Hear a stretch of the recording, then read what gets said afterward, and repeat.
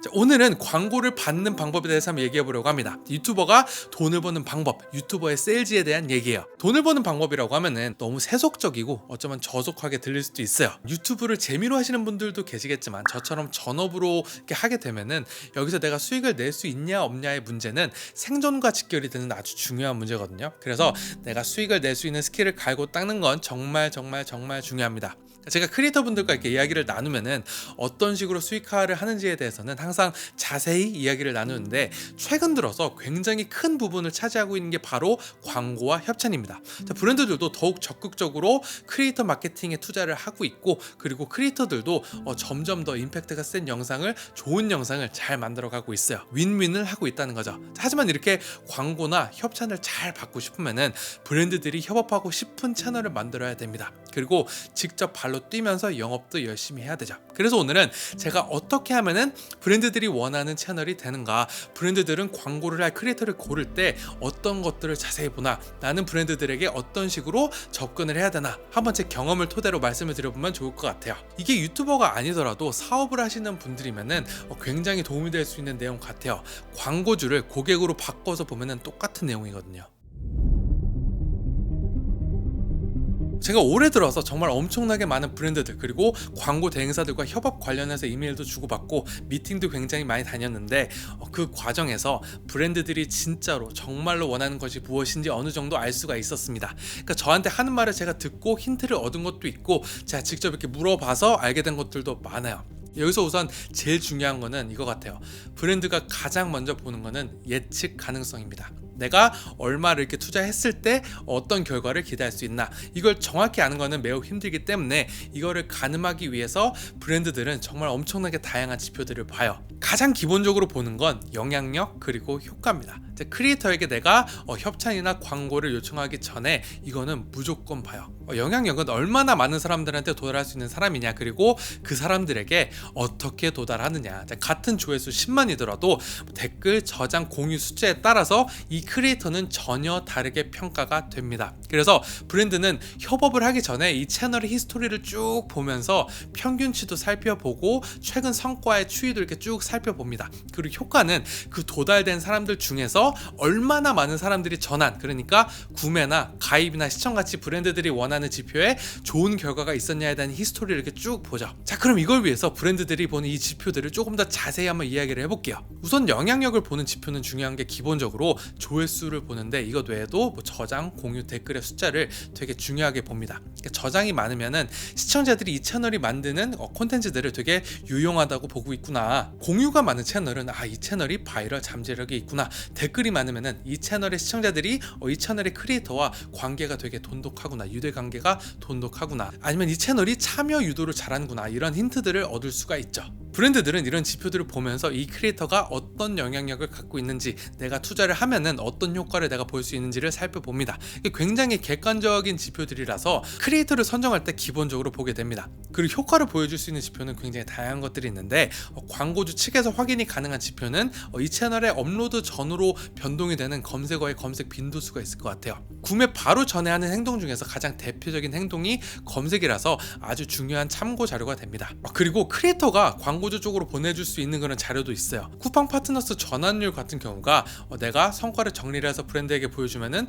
굉장히 참고하기 좋은 자료가 될 수가 있겠죠. 클릭 후에 구매 전환율이 어떻게 나왔는지, 아니면은 조회수 대비 구매율이 어떻게 나왔나, 이런 것들을 이렇게 정리해서 보여주면 좋아요. 그래서 내가 영상을 만들고 난 뒤에 이런 변화가 발생했다라는 걸 먼저 보여줄 수 있으면은 브랜드가 참고하기 너무 좋을 거예요. 그리고 처음에는 이런 식으로 객관적인 자료를 공유하는 것도 중요한데, 나중에 브랜드나 광고 대행 업체랑 관계가 이렇게 지속이 되고 나면은 히스토리가 이렇게 쌓이기 때문에 내가 좋은 영상으로 좋은 성과를 계속 내고 있다면은 내가 굳이 이런 식으로 증명을 하지 않아도 나랑 광고를 한 업체들과 이렇게 신뢰가 쌓이면서 지속적으로 광고나 협찬을 받을 수가 있을 거예요.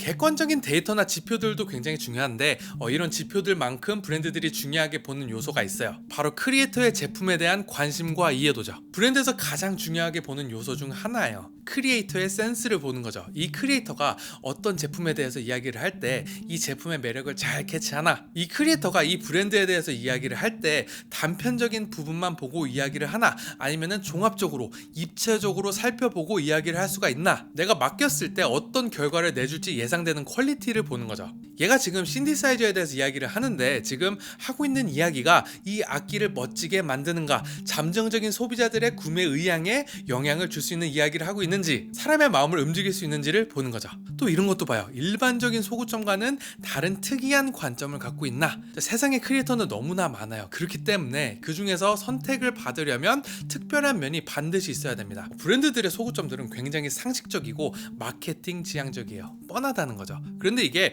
브랜드의 탓이라기보다 기업 입장에서 어떤 신선한 메시지를 내가 풀어낸다는 것 자체가 굉장히 힘들어요. 이 신선한 이야기를 한번 하기 위해서 설득해야 되는 사람들이 너무나도 많고, 이 사람들을 다 뚫고 메시지가 나가도 광고 효과가 별로일 수도 있잖아요. 그러면 누가 책임질까요? 게다가 여기에 법적인 규제도 너무나도 많아요. 그래서 브랜드들이 내놓는 광고들이 생각보다 날카롭고 예리한 메시지를 던지기가 쉽지가 않은 거예요. 게다가 이제 소비자들은 너무 똑똑해져가지고 제품이 뭔지만 알아도 브랜드가 마케팅 카피를 어떻게 쓸지도 다 알아요. 예를 들면 뭐 믹서기가 있다 그러면 뻔하겠죠. 뭐 모터가 얼마나 빠른가, 얼마나 잘 갈리나, 몇 년을 쓸 수 있나, 뭐 몇 년을 보증을 해주나. 그래서 이런 뻔한 것들을 소개하는 광고나 콘텐츠들은 이제 봐도 아무 반응이 없는 거예요. 이미 예상이 되고 너무 당연하니까요. 그러면 브랜드 입장에서는 내가 보여줄 수 있는 것과 다른 모습, 내가 이야기할 수 있는 것과는 다른 이야기를 할 수 있는 사람이 필요하겠죠. 제가 부츠에 대해서 다른 영상이 하나 있었는데 제가 이 영상에서 그 부츠 자체에 대한 이야기보다 이걸 만든 디자이너의 매력, 이 브랜드의 흥미로운 역사에 집중을 하고 이 브랜드가 갖고 있는 서사를 통해서 제가 감정적인 연결점에 집중을 한 것도 이것 때문이었어요. 어떻게든 나는 새로운 관점을 보여주는 사람이라는 거를 어필을 해야 된다고 생각을 하고 접근을 한 거죠. 이런 부분들이 제가 광고를 위해서 미팅을 진행한 많은 브랜드들이 저를 선정한 중요한 이유였다고 합니다. 시청자들이랑 합이 맞지 않으면은 크리에이터가 아무리 이렇게 이야기를 잘 해도 댓글에 부정적인 여론이 형성이 될 수가 있어요. 시청자와 제품의 궁합에 대한 얘기입니다. 요즘은 거의 없긴 한데 예전에 미국 크리에이터들이 한창 많이 했던 것 중에 하나가 암호화폐나 주식 플랫폼 관련 광고였는데 주부 크리에이터부터 여행 브이로거들까지 이쪽이랑 전혀 상관없는 사람들이 계속 광고를 하는 거예요. 그런데 시청자층으로부터 너무 거센 항의를 받았던 거죠. 그래서 최근에는 브랜드들도 어떤 노출이 아무리 많이 된다고 해도 시청자층과 성질이 너무 다른 광고는 긍정적인 광고 캠페인이 아닐 수도 있겠다라는 판단을 많이 했는지 요즘은 많이 보이지는 않는 것 같아요. 암호화폐나 주식 플랫폼 같은 극단적인 경우가 아니더라도 내가 좋아하는 크리에이터가 광고를 하는 거에 대한 거부 반응은 충분히 발생할 수 있는 거라서 브랜드들이 이런 궁합을 생각보다 되게 유심히 봅니다. 그래서 크리에이터 입장에서 내가 어떤 시청자층을 갖고 있는지를 정확히 파악하고 있으면 브랜드와 커뮤니케이션을 할 때 굉장히 수월해요. 이런 건 유튜브 스튜디오나 인스타그램 인사이트에 참고할 만한 것들이 꽤 많아요. 예를 들어서 내 채널을 시청한 시청자들이 어떤 채널들을 보는지도 우리가 참고를 할 수가 있는데, 이거는 내 채널의 시청자들의 관심사를 볼 수 있는 곳이거든요. 만약에 내 채널을 보는 사람들이 AI 콘텐츠 제작 관련 채널의 영상들을 많이 본다면 AI 관련 상품에 관련해서 브랜드들에게 어필을 할 수가 있겠죠. 그리고 브랜드들이 생각보다 굉장히 중요하게 보는 요소 중에 하나가 성별과 나이대예요. 정확하게 원하는 성별과 나이대가 있는 브랜드가 굉장히 많아요. 그래서 이것도 내가 명확히 정리를 해서 보여주면 굉장히 좋습니다. 그럼 우리가 영상만 잘 만들어서 올리면은 브랜드들이 아이고 저희랑 제발 광고를 해주세요 라고 연락이 올까요? 절대 아니죠. 브랜드들도 내 제품을 홍보하기 위해서 크리에이터들을 열심히 찾기는 하지만 너무나도 많은 크리에이터들이 있기 때문에 내가 그들의 눈에 딱 띄는 거는 정말 쉽지 않은 일이에요. 운이 좋아야 많은 후보들 중에 어떻게 나를 딱 한번 고려하게 됩니다. 그리고 몇 번의 회의를 걸쳐서 거른 다음에 운이 또 좋아야지 한번 협업하자 연락이 딱 한번 오는 거예요. 그래서 저는 이거를 제가 기다릴 수 없겠다 하는 생각이 들어가지고 먼저 연락을 계속 돌렸습니다. 이걸 콜드 메일이라고 해요. 나를 모르는 사람이 날 알 수 있게 나를 고려하게 하는 거죠. 브랜드 페이지에 들어가서 내가 연락할 수 있는 연락처를 찾아서 연락을 먼저 한다든지, 광고 대행사 페이지에 들어가서 나를 어필할 수 있는 내용으로 열심히 이메일을 보냈어요. 이 방법이 생각보다 굉장히 좋은 방법이에요. 가만히 기다리는 게 아니라 그래도 브랜드들이 나를 한 번은 고려하게 만들 수 있는 기회를 내가 직접 만드는 거죠. 제가 이메일을 보낼 때는 앞서 말씀드렸던 그런 내용들을 잘 정리를 해서 보냈어요. 내가 어떤 영향력이 있고 이걸 통해서 다른 브랜드들이 어떤 효과를 받는지, 그리고 내가 어떤 시청자층을 갖고 있고 과거에는 이런 성과를 냈다, 이런 데이터들을 좀 구체화해서 세일즈를 하는 거죠. 제가 자주 사용했던 제가 만든 이메일 템플릿이 있는데 이거를 제가 사용하시기 좋게 정리를 해서 자료실에 한번 올려놓을게요. 자료실에서 다운받으시면 됩니다. 여기에는 두 가지가 있어요. 제가 쓰던 이메일 템플릿이랑 그리고 나한테 맞는 템플릿을 만들 수 있는 프롬프트, 이렇게 두 가지가 있습니다.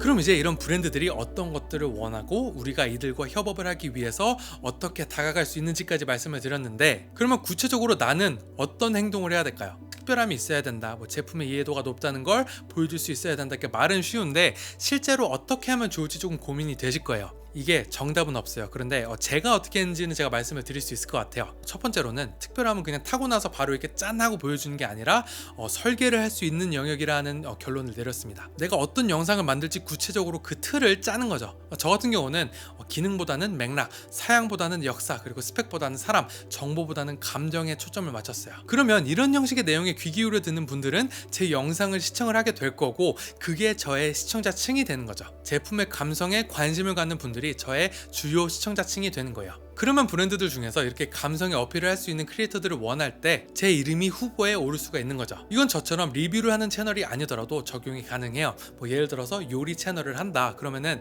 내가 브랜드들과 협업을 하기 위해서 준비를 해야 되는데, 저라면 이렇게 할 것 같아요. 제가 요리 채널을 한다면 도구에 한번 집중해봐도 좋을 것 같아요. 요리를 하는 과정에서 내가 어떤 도구를 사용하는지 영상에 명확하게 보여주고, 이 도구에 대해서 조잘조잘 얘기도 하면서 주방 브랜드들이 들어올 수 있는 틈을 내가 만들어 주는 거죠. 주방을 보면 도구가 적어도 30가지는 넘게 있거든요. 뭐 그릇부터 칼식기, 뭐 도마, 후라이팬, 뭐 많기도 진짜 많고 할 말도 진짜 많아요. 불만도 많고 뭐 꿀팁도 많고 제품 후기도 다양하고, 이런 걸 이야기하다 보면은 나처럼 요리도 좋아하지만 이런 도구에도 관심이 많은 사람들은 이런 거에 공감을 하겠죠. 이런 분들이 내 시청자층이 될 거예요. 근데 브랜드들이 눈치가 어마어마하게 빠르거든요. 그럼 이걸 당연히 캐치를 하고 새로운 제품이 출시가 되면 이런 유튜버들을 가장 먼저 떠올릴 거예요. 자, 그리고 두 번째는 내 방식으로 해석하는 방식을 개발을 하는 거예요. 나만의 개성을 찾는 거죠. 이런 개성이 자연스럽게 올 수도 있어요. 이런 걸 타고나는 분들이 꽤 계시죠. 그런데 내가 타고나지 않았더라도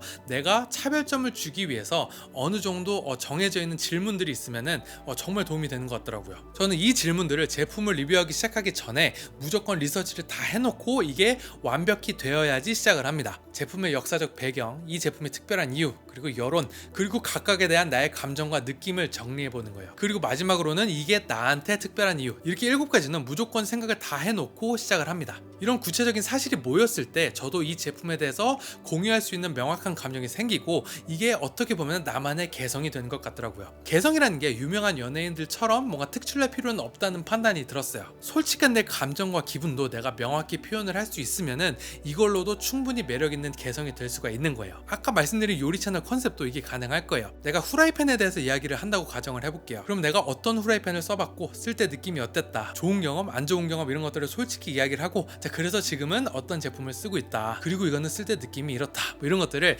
충분히 잘 전달할 수가 있게 되면은 내 시청자층과 브랜드들로부터 특별한 사람으로 명확히 인식이 될 수가 있을 거예요. 브랜드들과 협업하기 좋은 채널을 설계하고 임팩트 있게 영상을 제작하는 것은 정말 쉽지 않은 일입니다. 저도 채널 하나 제대로 만들어 보려고 얼마나 고생했는지 몰라요. 제 고민만 반년은 넘게 한 것 같고, 어느 정도 머릿속에 가닥이 잡혀서 이거를 실질적으로 기획을 하고 컨셉을 만들어 갔는데도 몇 달은 걸렸어요. 그리고 채널에 영상을 올리면서 내 시청자층을 쌓아가는데도 몇 달이 또 걸렸죠. 그러니까 저도 마음 같아서는 이걸 하루아침에 딱 만들 수 있는 방법을 알아내서 그거를 공유하고 싶은데, 아무래도 세상에는 그런 방법이 존재하지 않는 것 같아요. 결국엔 노력이고 실패를 거듭하고 수정과 수정을 거친 후에야 괜찮은 채널이 되는 것 같습니다. 어렵죠?